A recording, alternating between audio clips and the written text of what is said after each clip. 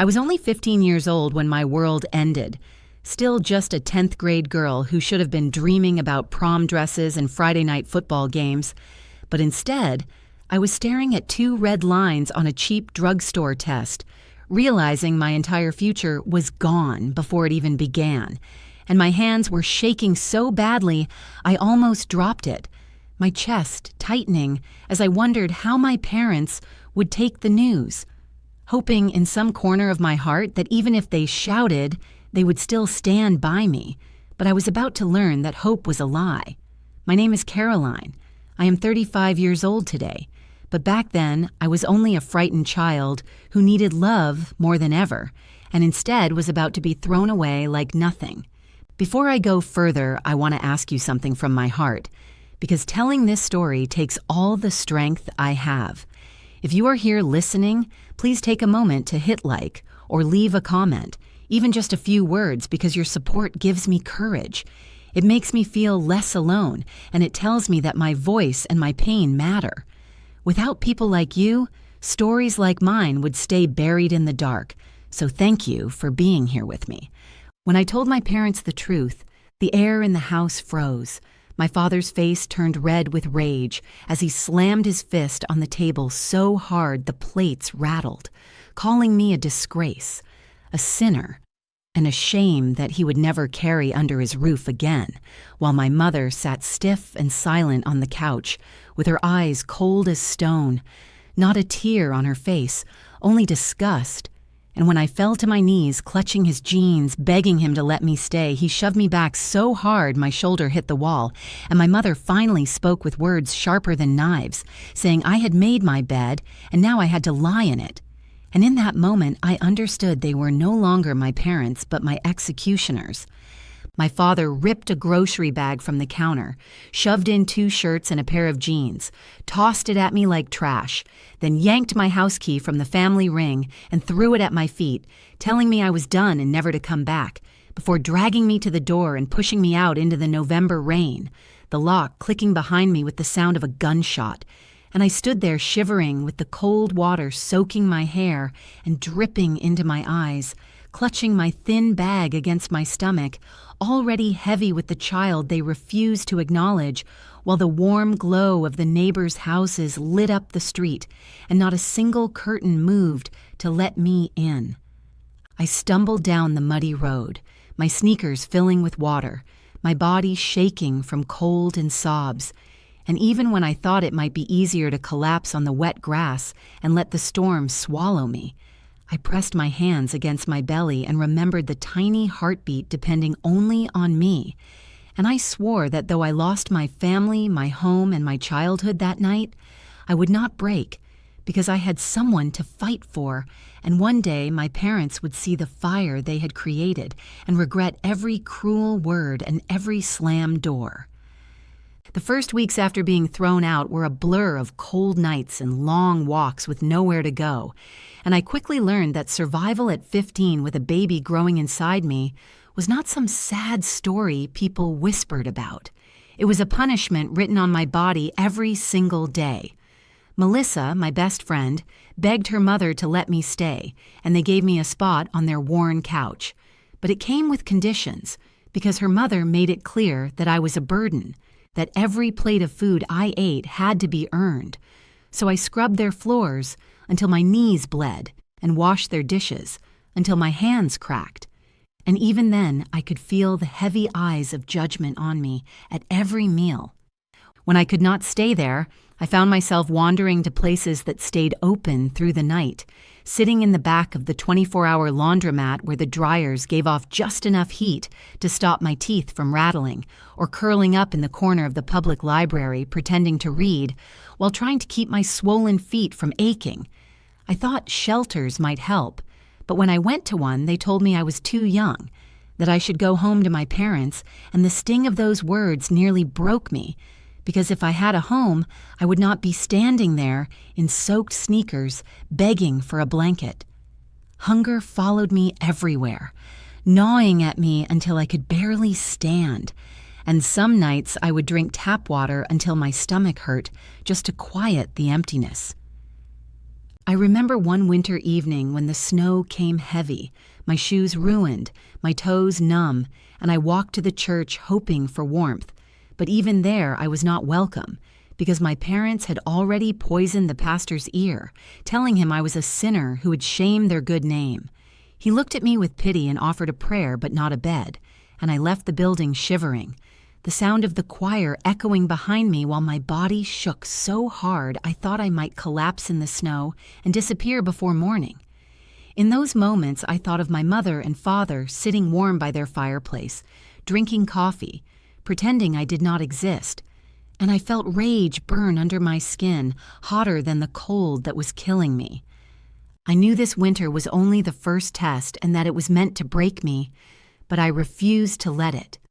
Each night when I lay my head on a borrowed pillow or rested against a wall in the laundromat, I pressed my hands against my belly and whispered to the little heartbeat inside that we would make it, that I would not let the world erase us no matter how hard it tried.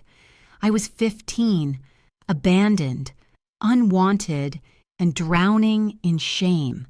But I was also learning that suffering could harden into steel, and that one day, when the storm passed, my parents would face the truth that the daughter they tried to destroy had turned their cruelty into a weapon stronger than anything they could have imagined.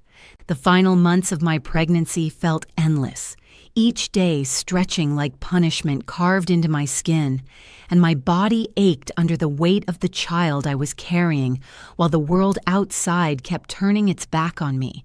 And when labor finally came, it hit me harder than anything I had ever endured. A wave of pain so sharp and consuming, it was as if my body was being torn apart with no mercy. And I lay on that cold hospital bed, gripping the thin sheets with my nails until they ripped, sweat pouring down my forehead while the nurses moved around me with clipped voices and cold hands, their whispers filling the room as they called me nothing more than a foolish child with a child, their faces heavy with judgment instead of compassion. And in their eyes, I was not a patient, but a warning to others. No one held my hand, no one brushed the wet hair off my face, no one leaned down to tell me I was strong or that I would survive this. My screams echoed off the walls, and in that sterile white room I had never felt more alone, more unwanted, more broken, and the thought of my parents sitting at home, pretending I did not exist, almost crushed me. Yet the contractions forced me forward, forcing me to give life even as I felt mine slipping. When Jake finally entered the world, the pain did not vanish, but it shifted, and as they placed him on my chest, I felt the weight of everything else fall away because his tiny body trembled against mine. His breath was soft and uneven but real, and his eyes barely opened. Yet I knew in that moment that I would kill and starve and fight for him before I ever let anyone hurt him. And suddenly all the pain and the shame and the hunger became fuel for the promise I made to him in my heart. I pressed his fragile skin against my chest, whispering his name, Jake, a name I had whispered to myself in secret during those long nights in laundromats and library corners, a name that belonged not to my parents' disgrace, but to my hope, my future, my reason. I kissed the crown of his head, smelling that new sweetness, and promised him a life better than the scraps I had been thrown, even if it meant tearing my own body apart piece by piece to give it to him. In that instant, under the harsh hospital lights, I knew I was not just Caroline anymore. I was a mother, and that word wrapped itself around me like armor, thin and fragile now, but destined to harden into something unbreakable.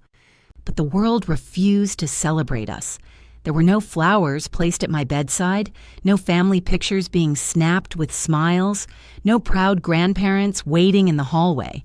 The woman in the next bed was showered with gifts, her parents rushing in with balloons, clothes, stuffed animals, and bags full of joy, while I sat there staring at the worn shoes under my bed and the thin hospital blanket wrapped around Jake, pretending it was enough. Nurses avoided my eyes, some even muttering under their breath about girls these days, And when I asked one of them quietly if I could have an extra carton of milk to keep my strength for breastfeeding, she shook her head without even looking at me, saying rules were rules, as if mercy had no place for me. I ended up dipping the stale bread from my own dinner into the milk and eating it slowly while rocking Jake, convincing myself I was full so I could save the rest for him later. The loneliness in that room pressed down like another set of walls, and as I listened to the woman in the next bed laugh with her family, I bit my tongue until it bled, trying to block out the sound of what love was supposed to look like. Still, in the quiet of that long night, as Jake lay against my chest, wrapped in the only blanket they would give me, I felt a different strength rise from the ashes of everything I had lost. My parents had thrown me into the street. The town had chosen to spit on me, and even the walls of that hospital carried shame in every corner. But none of it mattered as long as I had him. I bent my head close to his ear, whispering a promise he would never remember, but I would never forget. That he was not alone, that we were a team, that I would claw through dirt and crawl through fire if that was what it took to keep him safe. In that whisper, I felt something inside me break for good, the child I had been slipping away, but in its place a woman was being born, a woman carved out of pain and betrayal, but held together by love fiercer than steel. I was no longer just the lost girl they abandoned. I was Jake's mother, and that meant I carried a reason so powerful that even the coldest nights and the cruelest people could not destroy me. And one day the parents who had erased me would see what they had given up, and they would choke on their regret. When Jake was only a few weeks old, I began to understand that throwing me out into the rain had not satisfied my parents' anger, because instead of leaving me to struggle quietly, they wanted to scrub me from their lives like a stain on their polished table, and through whispers in town, I heard the stories they told. My father, with his deep voice and practiced frown, told the neighbors I had run off with some boy and destroyed my own future, painting himself as a heartbroken father rather than the man who had shoved his pregnant daughter into the street. My mother nodded along with a sad expression that fooled everyone, saying she prayed for me, but that I refused to listen to them, acting as if she was the victim of a wild, selfish child. They stood in church pews with bowed heads, accepting sympathy from people who would never know the truth, while I sat in a borrowed room at night, rocking Jake, my body still aching from labor, my stomach empty, and the town believing I was the one who had left them. The betrayal cut even deeper when I found out they had gone beyond gossip. The house I grew up in, the one where my baby pictures had lined the hallway, where my height had been marked in pencil on the kitchen doorway, had been legally transferred into my younger sister's name. Every paper signed and sealed within weeks of my exile. My father had erased me from the deed, from the will, from every legal right I had as their child, making sure there would never be a place for me to return. My sister, who had once shared my bed on stormy nights and whispered secrets in the dark, now looked at me with the same icy eyes as my parents, proud to be the good daughter who stayed clean while I was cast as the family's shame. I had not only been abandoned, I had been robbed of my future, stripped of my share of the only home I had ever known, and the door that had slammed on me that night was not just locked, it was welded shut. The most brutal wound came at my grandmother's funeral. She had been the only one in the family who ever gave me a sliver of kindness, the one who slipped cookies into my hands and combed my hair when my mother was too busy, and when she died, I thought maybe grief would soften their hearts, that at least for one morning they would let me stand quietly at the back to say goodbye. I bundled Jake in his only warm blanket and walked to the cemetery, my heart pounding. But before I could reach the crowd, my father stepped in front of me like a guard at a prison gate, his face twisted with hatred. My mother clutched my sister's arm and turned her back, her lips pressed tight, and my father hissed that I had no right to be there, that my presence was a disgrace to their family even in death. He ordered me to leave before the service began. his voice low but deadly. And as the coffin was being lowered into the ground, I stood outside the gate with my baby crying against my chest, listening to the muffled sound of prayers while the woman who had once loved me was buried without me. That day, as the dirt fell onto my grandmother's coffin and I stood alone on the road outside the cemetery, I felt something shift inside me, a piece of me turning to stone. My parents had not only abandoned me, they had tried to erase me from memory, burying me alive while keeping their hands clean. They wanted me invisible, gone, forgotten, but every act of cruelty only fed the fire in me. Every insult, every stolen right, every slammed door pushing me closer to the woman I was becoming. I looked down at Jake's small face and knew he would never see them as family, because family does not erase you, family does not slam the door on you in the rain, and family does not block you from mourning the only person who ever loved you. That was the moment I stopped hoping they would change, the moment I accepted that to them I was already dead. But deep inside, I whispered a promise that one day I would rise so high they would choke on their own lies. And when that day came, they would not be able to look away or pretend it never happened, because the daughter they had tried to destroy would be standing right in front of them, stronger than anything they had ever feared. Life with Jake in my arms quickly became a battlefield, because survival was no longer just about me. It was about keeping him alive, and that meant I had to work like a slave, no matter how broken my body felt. I was only 16, my stitches barely healed, and yet I dragged myself into the greasy back rooms of diners, mopping floors until my knees bled, scrubbing toilets while customers laughed outside, and washing dishes so hot my hands peeled raw. The bosses knew I was desperate and treated me like dirt, shoving extra shifts on me, paying me less than promised, and laughing when I complained, reminding me I had nowhere else to go. At night, I collapsed onto a mattress borrowed from a neighbor, my arm still cradling Jake even in sleep, because I was terrified he would stop breathing if I let him go.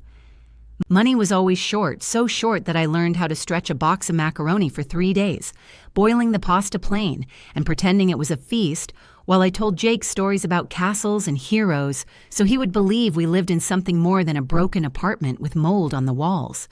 My shoes wore through until the soles flapped, and I taped them together with duct tape just to make it through the walk to work. Some days, when the hunger became unbearable, I would eat the packets of crackers given free with soup at the diner, hiding in the bathroom to chew them down quickly so no one would see. Once, when Jake was sick and needed medicine I couldn't afford, I pawned the small necklace my grandmother had given me before she died, the only memory I had left of her love. And I walked out of the pawn shop with tears burning my face, but also relief that I could buy the syrup to calm his fever. The humiliation never stopped, because people in town treated me as less than human. Mothers pulled their children away from me in grocery stores, whispering that I was an example of how not to live, and even church ladies handing out bread would give me looks that said they believed I deserved my suffering. The worst moment came one night at the restaurant when the manager, a man with greasy hair and yellow teeth, grabbed my wrist as I tried to leave after a double shift and told me I should be grateful he even gave me work because girls like you don't have protection. His grip was tight, his eyes full of power, and for a second I thought he might not let go, but I yanked my arm free, clutching my bag and running into the night with my heart hammering, realizing that in this world there was no safety net, no shield, no one to defend me but myself. Yet through every humiliation, every blister, every night of hunger, I held on to one truth. Jake was alive, and he was mine, and as long as I could keep him fed and warm, even just a little, then the pain was worth it. I told myself over and over that these years of slavery were only sharpening me, carving me into someone stronger than they could imagine, and that one day I would stand tall in front of everyone who had laughed, sneered, or walked away. My parents thought they had buried me in shame, but they had only forged a harder blade, And I swore each night as I kissed Jake's forehead that he would never feel the cruelty I had endured, and that one day we would walk out of this darkness together with our heads high, while those who had turned their backs would choke on regret. Even while my hands cracked open from bleach and my body ached from endless shifts, I found my greatest strength not in rest, but in the moments I spent with Jake. Because every night after dragging myself home, I would sit on the edge of our mattress and read to him from old library books, my voice steady even when my eyelids trembled with exhaustion. I could not give him toys or trips or even a safe house without mold, but I could give him words, numbers, and dreams, and I promised myself that my son would never grow up believing he was less than anyone else, no matter how poor or unwanted we were.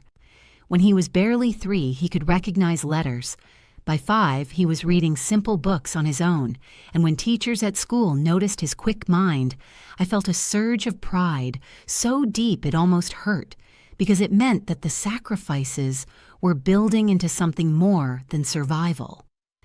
There were nights when the apartment was so cold that our breath rose like smoke, and I would wrap Jake in 3 layers of thrift store blankets, huddling him against my chest while we went over spelling words or math tables by candlelight when the power had been cut off again.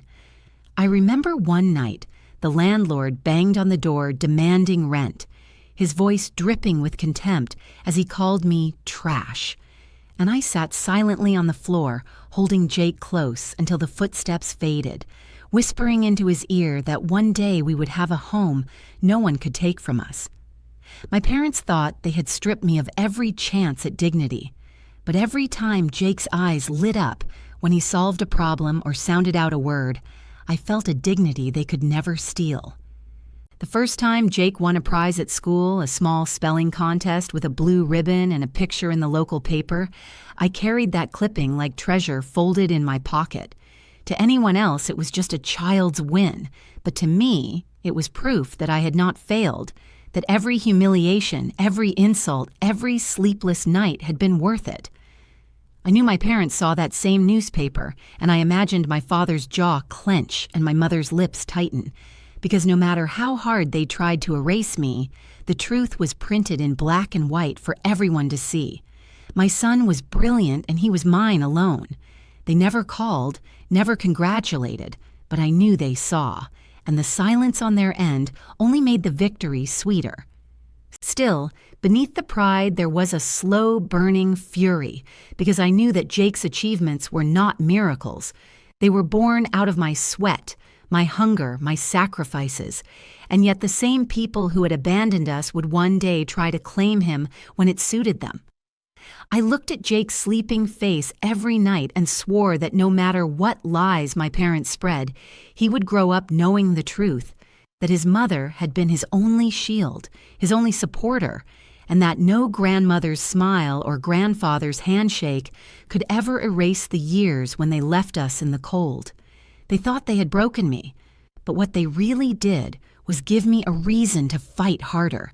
And through Jake's brilliance, I was building the weapon of my revenge, slowly, quietly, one spelling word at a time. As Jake grew older and taller, I started to notice the way the world looked at him compared to the way it looked at me, and it became both a wound and a weapon, because while people still whispered about me as the girl who had ruined her life, they praised him as a boy full of promise, a student who could be something great, and in that contrast, I felt both bitterness and pride twist together. By the time he was in middle school, he was winning science fairs, standing on stages in front of strangers who clapped for him, and I would sit in the back with my hands folded, hiding the tears that slipped down my face, knowing I was watching him step into a light I had been denied.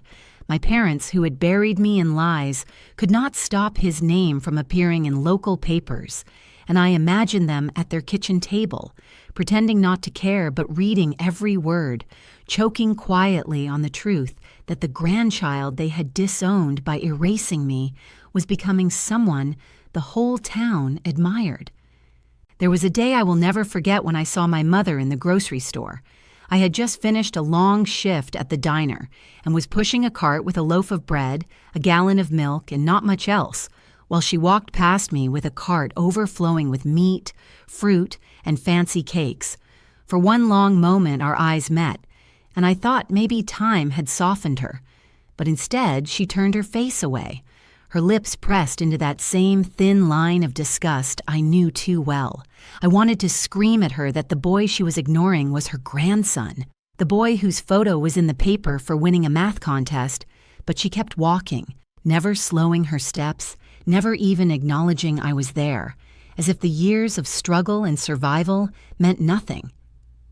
That silence hurt more than words ever could, because it told me she would rather carry the lie than admit the truth. I want to pause here for just a moment and say something to you, the one listening right now. Sharing these memories, digging them back up, is like tearing open scars I spent years trying to close. And the only reason I can do it is because of you. When you hit, like, or leave a comment, you're not just helping me. You're reminding me that my voice matters, that my pain is heard, and that people still care about stories like mine. It may sound simple, but to me it means the world because it feels like someone is finally standing on my side when no one else ever did. So thank you for being here, thank you for listening, and thank you for giving me the strength to keep telling the truth.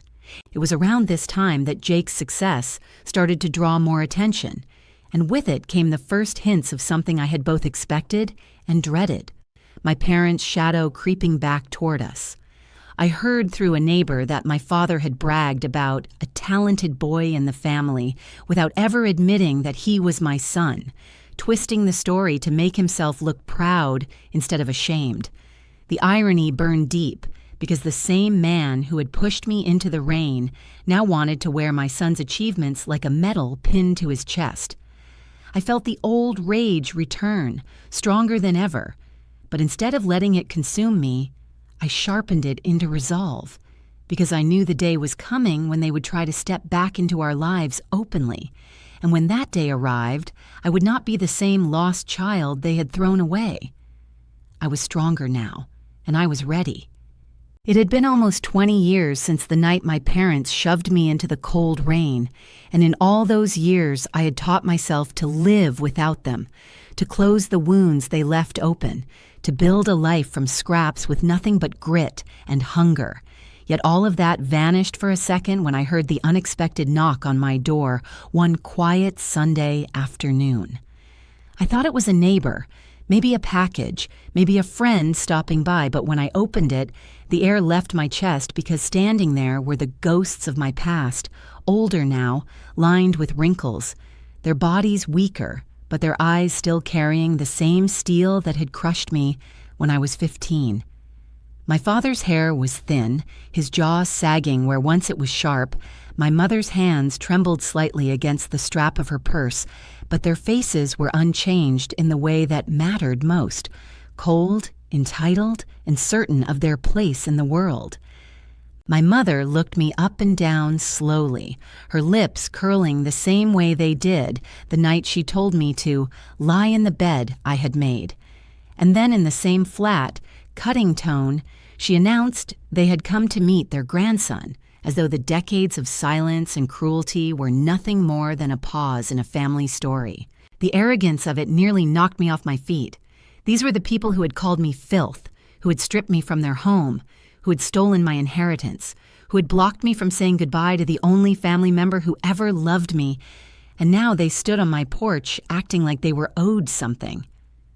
My father stepped forward, his old authority still dripping from his voice, even though his shoulders slumped with age, and he told me they were Jake's real grandparents, that they had a right to know him, to see him, to claim him as part of the family.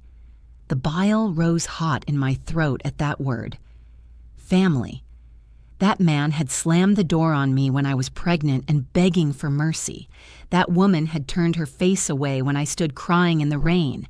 And now they dared to use that word as though it belonged to them. For a second, I felt the urge to slam the door shut, to lock it and never hear their voices again. But then something sharper cut through the rage.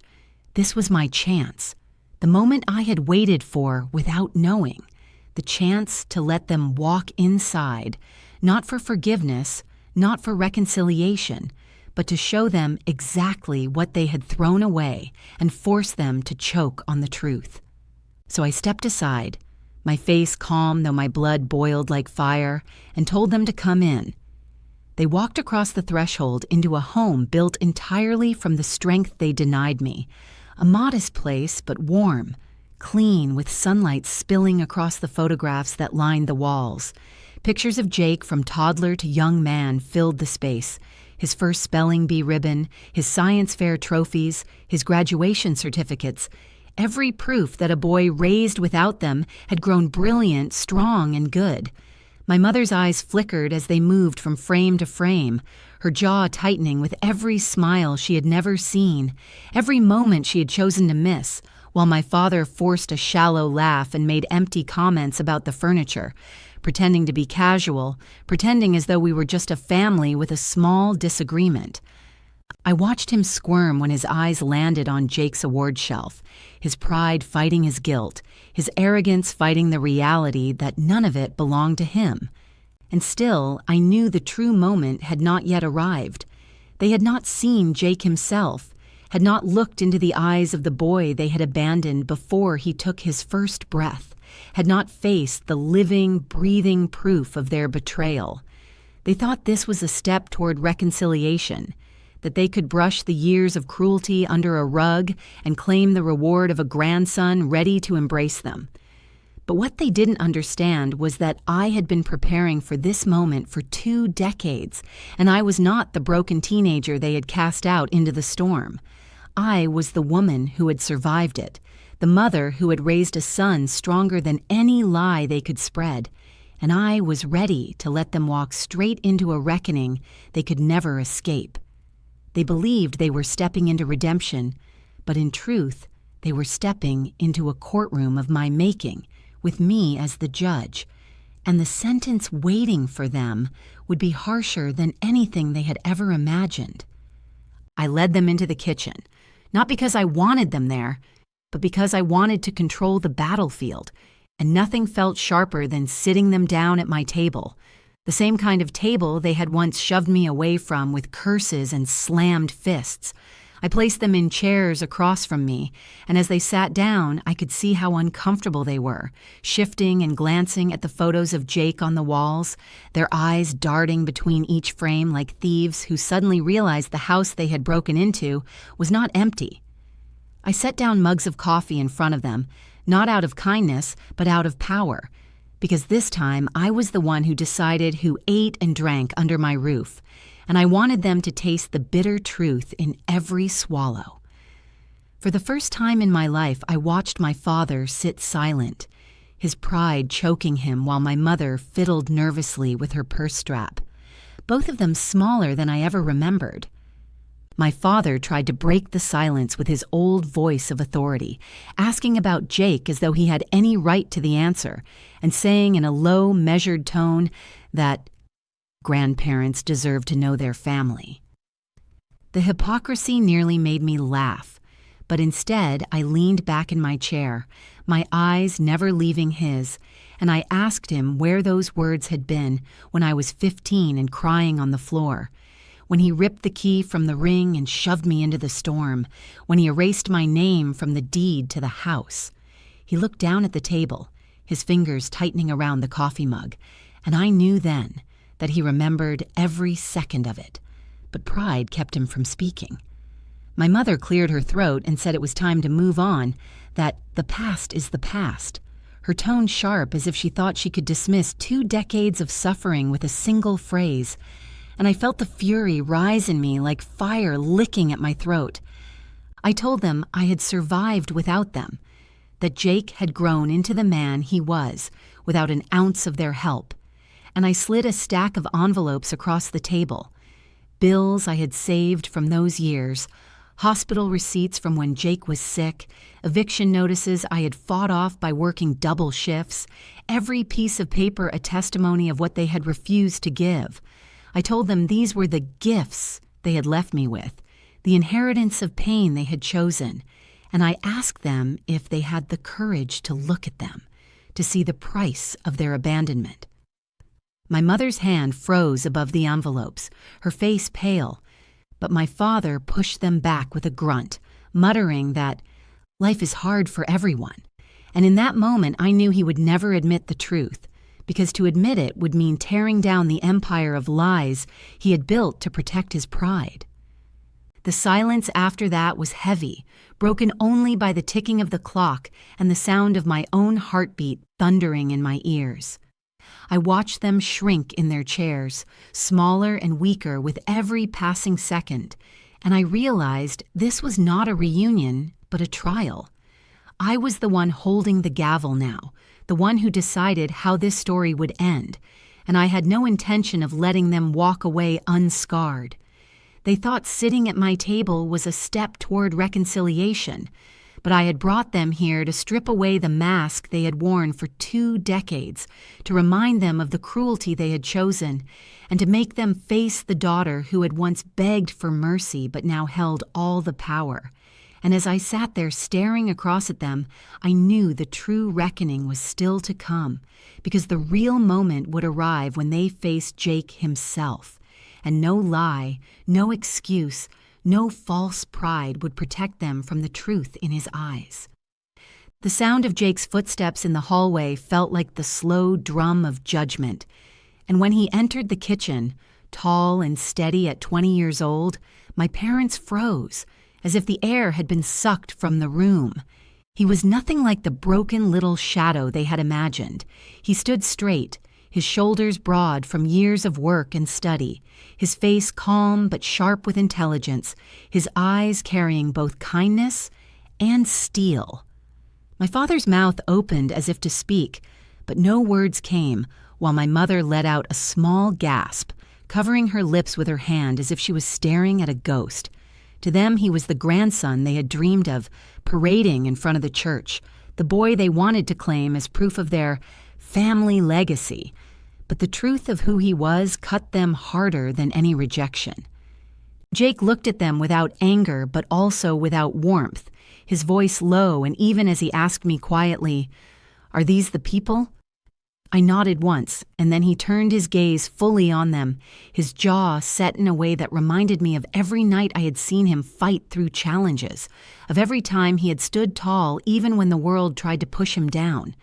He told them calmly, without hesitation, that they were not his grandparents, that blood meant nothing when love and loyalty had never been given, and that his only family was the woman who had worked herself to the bone to raise him. My mother's eyes filled with tears, but not the kind that came from love.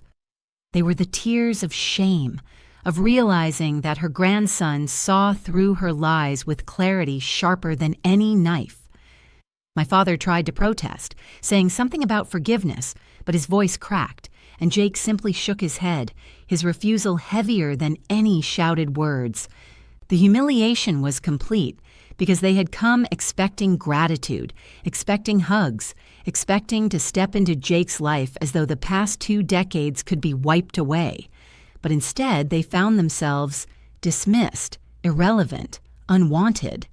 The boy they had erased by erasing me stood in front of them not as a child desperate for approval, but as a man who had already chosen who his family was. And it wasn't them. My father's face turned pale, his jaw twitching as if he was choking on the truth, while my mother whispered that he was being cruel. But the irony hung so thick in the air, it nearly suffocated me. Cruel? Cruel was leaving a 15-year-old girl to starve in the rain. Cruel was erasing me from every family photo. Cruel was slamming a cemetery gate in my face when I came to bury the only person who ever loved me. This was not cruelty.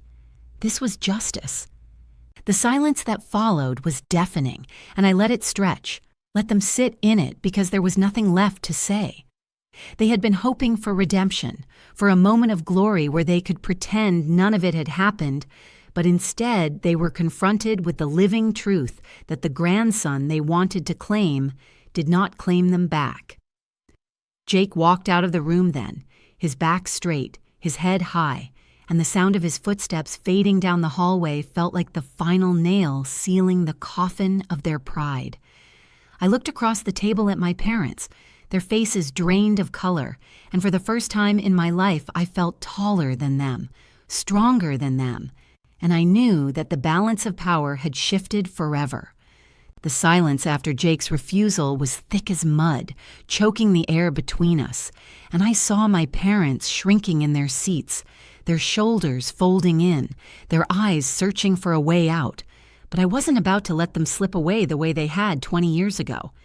I leaned forward, my voice steady but cold, and I began to drag the ghosts they had buried back into the light.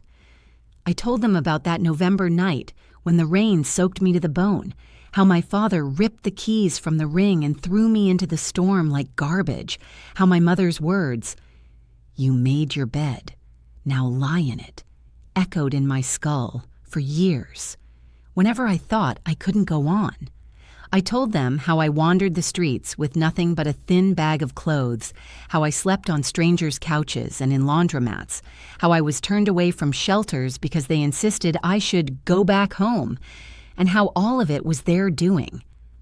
My mother's hands twisted together in her lap as if she wanted to block the words from reaching her ears, but I kept going, because this was the reckoning they had earned. I painted the picture of my first winter with Jake still inside me, how I drank water until my stomach ached because I had no food, how I begged for extra bread at a soup kitchen only to be told I didn't deserve it, how I wrapped myself in damp blankets and whispered to my unborn child that I would not let him die even if it killed me to keep him alive. I told them how I worked with stitches still fresh from childbirth, scrubbing floors until my knees bled, my hands raw and cracked, while Jake slept in a cardboard box lined with rags beside me. I described the humiliation of standing in grocery aisles with only coins in my hand, counting and recounting to see if I could afford a loaf of bread and a gallon of milk, while other mothers filled their carts to the brim. My father tried to interrupt, slamming his hand on the table like the man he used to be, but the sound was weak, hollow, and I did not stop. I rolled right over his noise and reminded him of the house he had stolen from me, signing it over to my sister as if I had died, erasing me from every deed, every will, every legal trace of family. Then I cut deeper, telling them about the day of my grandmother's funeral, the woman who had loved me when no one else did, the only one who ever saw me as more than a burden. I told them how I walked to the cemetery in the cold holding Jake, praying for just one chance to say goodbye, only to be blocked by my father's body like a wall, his voice hissing that I had no right to stand there, that my presence would disgrace the family even in death.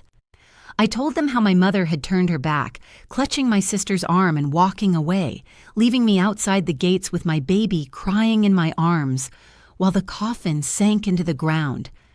My voice shook, not with weakness but with fury sharpened by years of silence, and I told them that was the day I buried them in my heart, that I had mourned them as dead long before they lost their hair and their strength.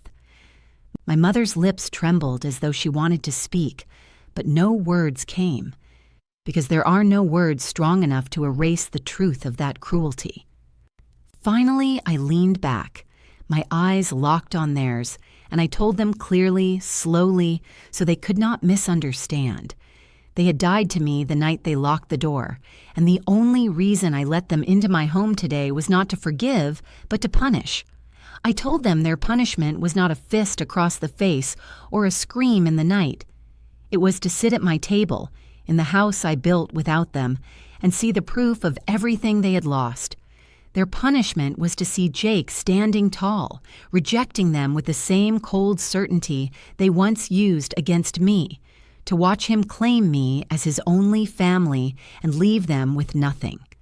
I told them they would walk out of my house with the same emptiness they had forced into me 20 years ago, except now they would carry the knowledge of what they had thrown away, and that knowledge would follow them into every church pew, every grocery store, every sleepless night for the rest of their lives.